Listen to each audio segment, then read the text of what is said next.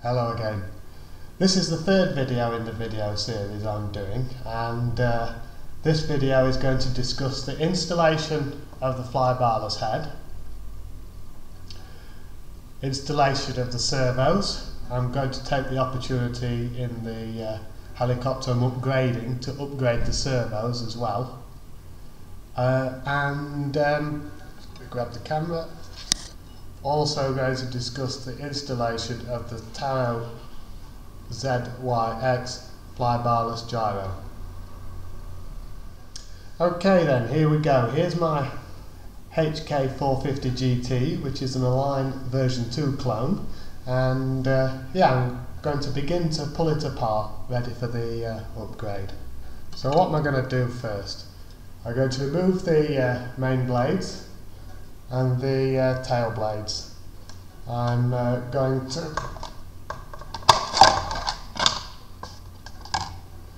remove the servo arms, undo the bolt on the main gear, and withdraw the fly-barred rotor head.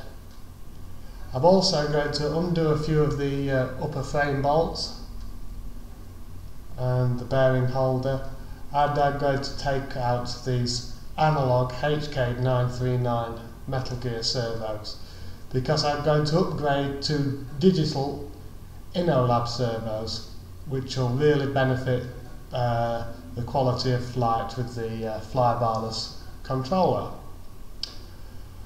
I'm also going to remove the gyro, and I'll do all this off camera and come back to you with a very naked looking heli. Okay, just before I go any further, I'd just like to make a quick comment about the cyclic servos I'm going to use as part of the upgrade. I'm going to use these InnoLab HGD202HB servos. I've used these before, and they're an excellent servo. There's no backlash in the gears, and they seem to allow you to run high gain values on the pitch and roll settings with the Flybarless controller. I do like to run them through a servo tester, perhaps 3 or 4 5-minute bursts, just on a gentle auto cycle. It lets the gears bed in, removes any tightness, and also by doing this you'll catch any unreliable servo before you fit it to your helicopter. And then of course, when you've done that, it's something that you can just have going off in the background whilst you're doing other things. You can set them to neutral, which will be useful for when you're putting on the arms that you want to use.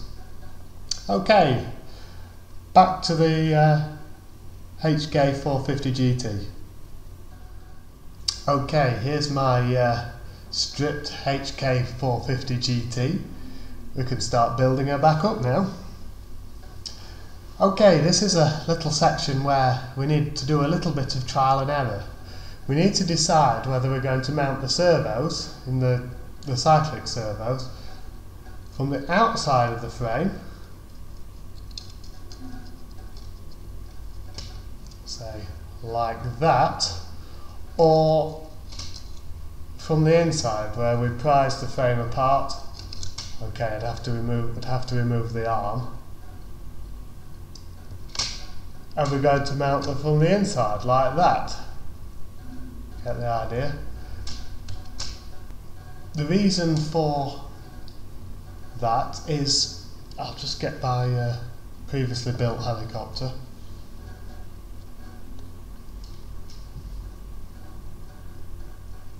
We need to mount the servos in such a way that the link rods from the servo arm up to the swash plate are as vertical as possible. Now this one, and of course the elevator one at the back as well. We also need to do a little preparation on the servos. The Servo ZYX manual suggests a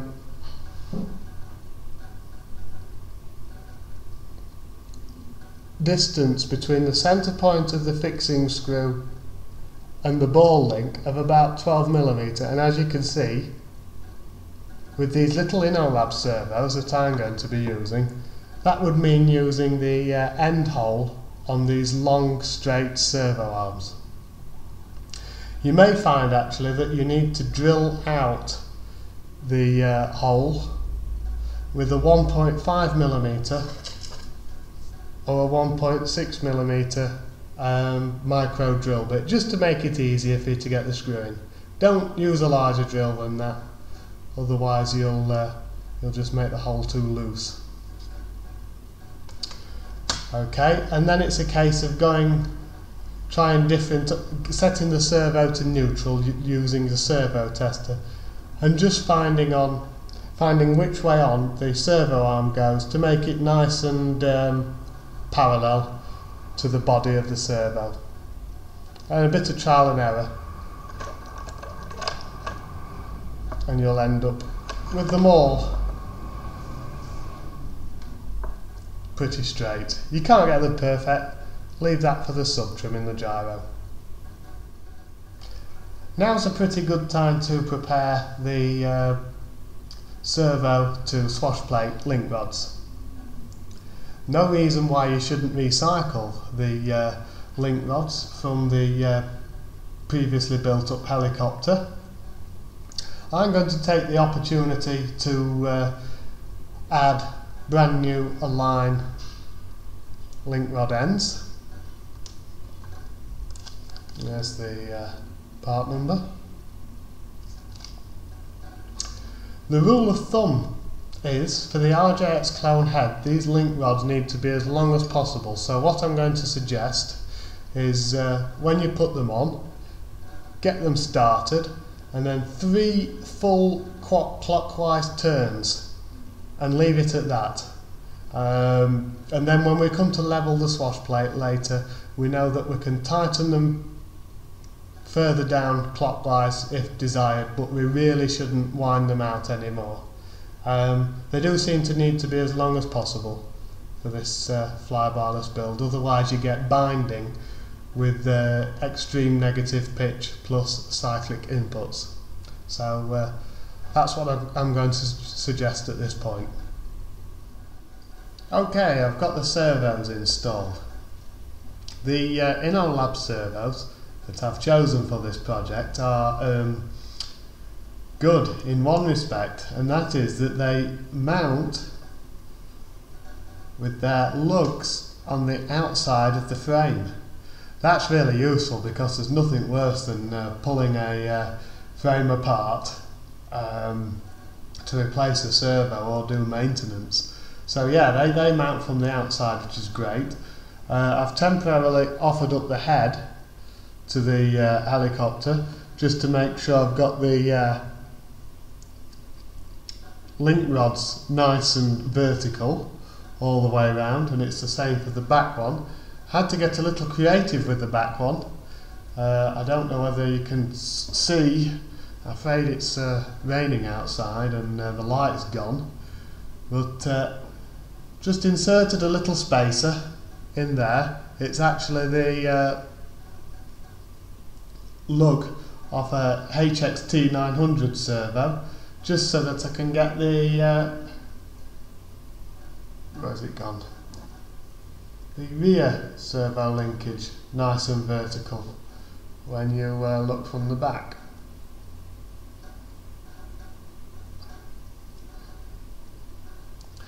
Okay, so now one thing to note is just going to put a little diagram on screen as I talk. This one's the front left servo, the top one, and that should be channel 2, as you can see by the diagram. So I'm just going to write a 2 on the connector. There we go. And a 1 on there. Channel 1, does that show? I think it just about does. And on the back, a 3. And that will be really useful for when we come to do the wiring. Right, another point I want to mention is, especially around the back of the helicopter, we need to do a bit of trimming on the servo arms. I'll just remove the head. Okay, otherwise the redundant part of the servo arm is going to collide with the belt pulley and things like that. So what I'm going to do is I'm going to pop off the arms just for a moment, get my snips and just snip off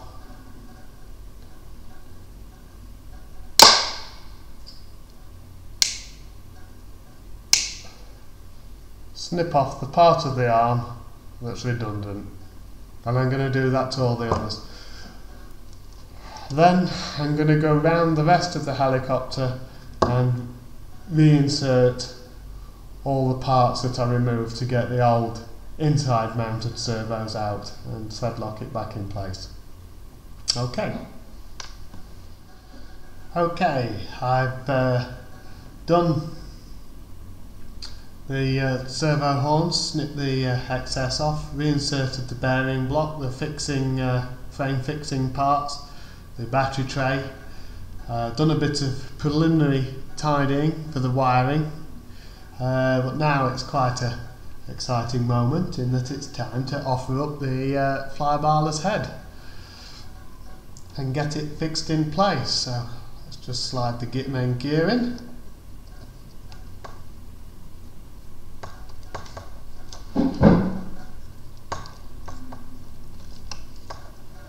Okay, roughly where it needs to be. And now the head. Here we go.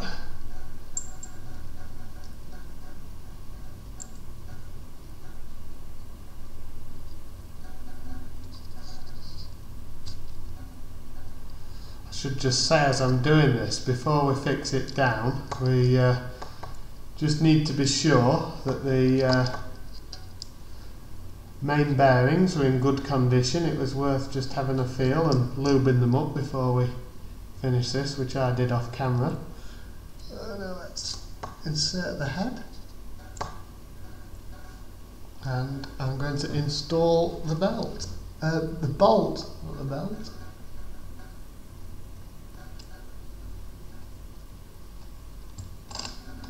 So it goes, and not too tight, just nip it up.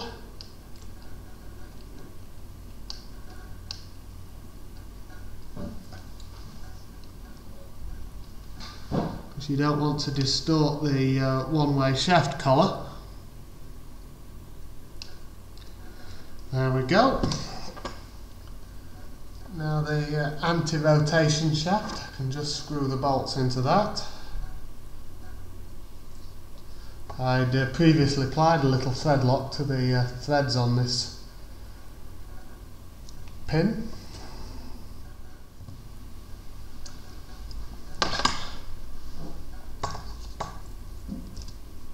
Okay, and now we can just pop on the ball links. There's one.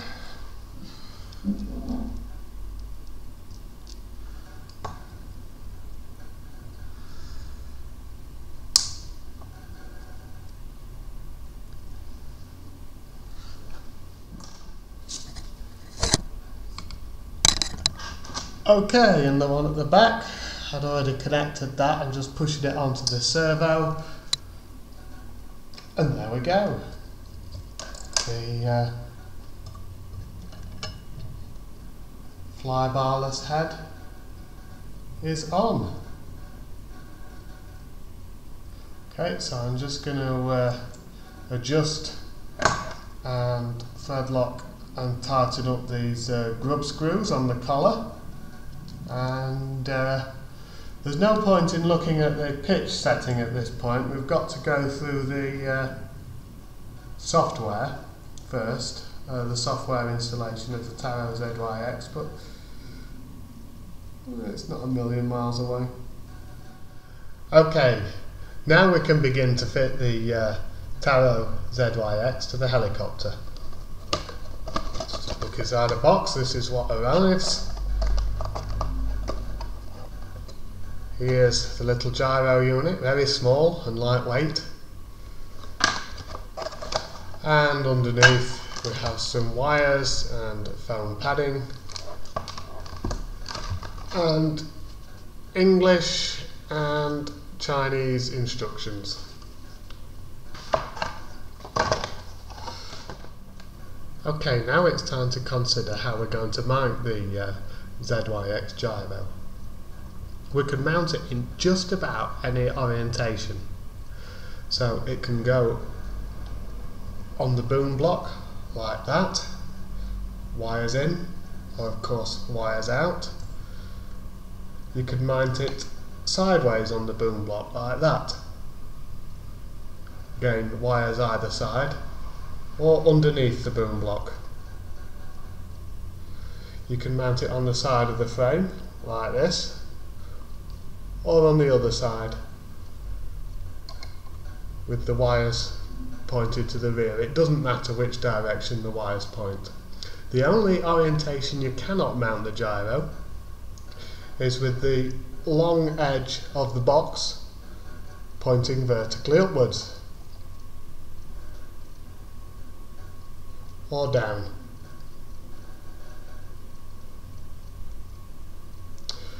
So it's then up to you to decide where you want it. I prefer to stay off the boom block because I fear a blade strike in a good crash, and I quite like the idea of putting it on the side of the frame here.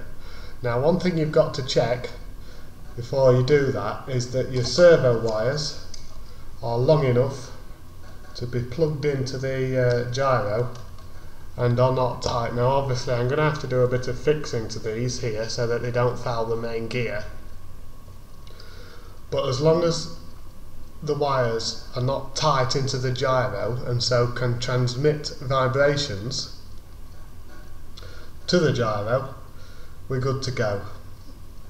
The other thing I'm going to say when thinking about mounting is obviously try to mount it away from interference. That's mechanical interference such as vibrations, or electronic interference such as close to the motor or the speed controller. That would be wrong.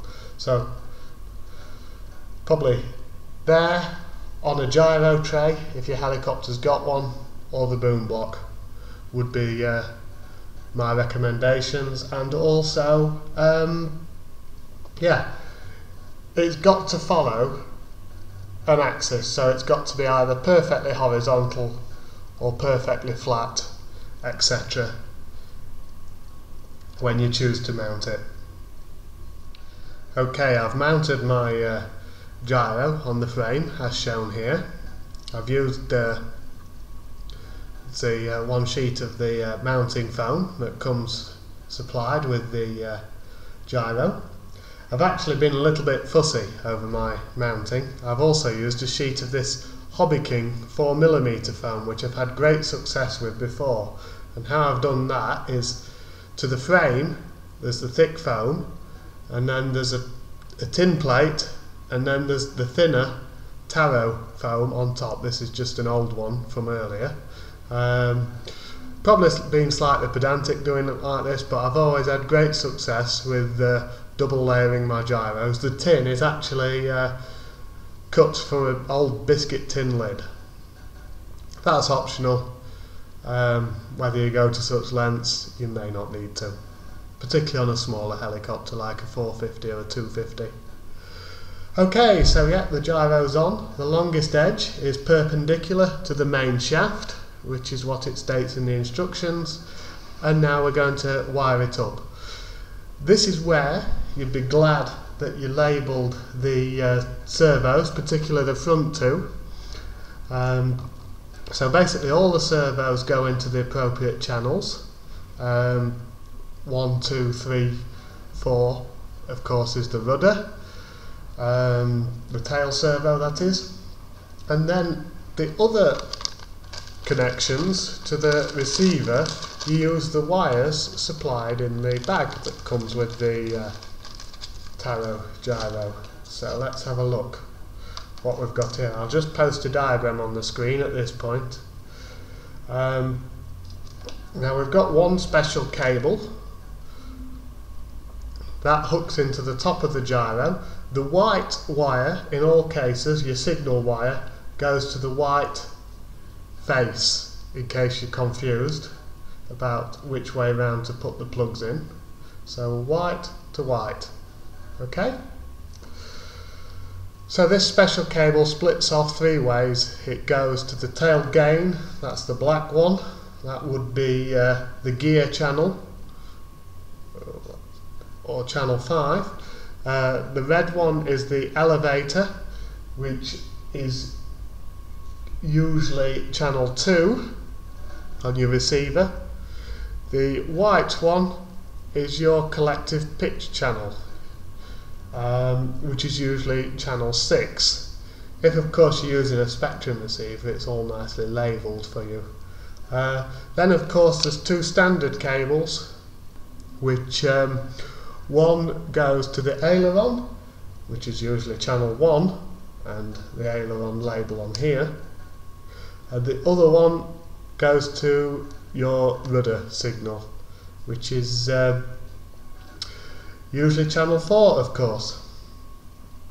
Okay, well I'm going to wire it up off camera, because it's quite a fiddly little job. You don't need to watch me doing that, and I'll return when I've got it wired. Okay then, here we go. It's all wired in now. The servos are wired in to the channel numbers, and the rudder, aileron, pitch, auxiliary, etc. are wired into the receiver. And I've done some preliminary tidying on the wiring. This one up here I've glued in place. I'll have to keep a careful eye on that one, but yeah, we're good to go now, ready to move on to the next video, which we shall discuss the radio setup and the gyro programming setup. Okay, I've just come to realise a little error, and that is I haven't discussed the tail setup. Reason for my error, I guess, is because the tail was already set up. This is a conversion rather than a new build, but even so, it needs to be covered. Right, let's have a look at the servo. Okay, there's the tail servo, and the manual describes a centre point of the fixing screw to the centre point of the ball link distance of about 7.5 millimeters for a 450 helicopter. And the second thing we need to note is that we roughly need to set up the tail neutral for rate mode. Now that involves a certain amount of pitch on the tail blades, as you can see there. It's about 7 degrees, and it'll be enough to roughly counter the torque caused by the main rotors. In other words, when it's in rate mode, the helicopter will not yaw one way or another, and there's only one way to accurately set it, and that's when you've got a flying helicopter, set it up by adjusting the length of the link rod, which runs underneath the boom, or sliding the tail servo along the boom a bit, whichever way you want, to find the tail neutral in rate mode, where the helicopter doesn't yaw in flight. A second way of guesstimating it, and this is on a V2, and a line V2 clone, or even a V1 actually, the HK-450, a distance between the black part of the slider and the hub of somewhere between 3.5 and 4 millimeters is close.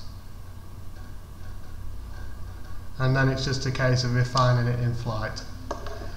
Okay, let's move on to the next video, which is the radio setup, software setup, and mechanical refinement of our helicopter, hopefully finishing with a maiden flight.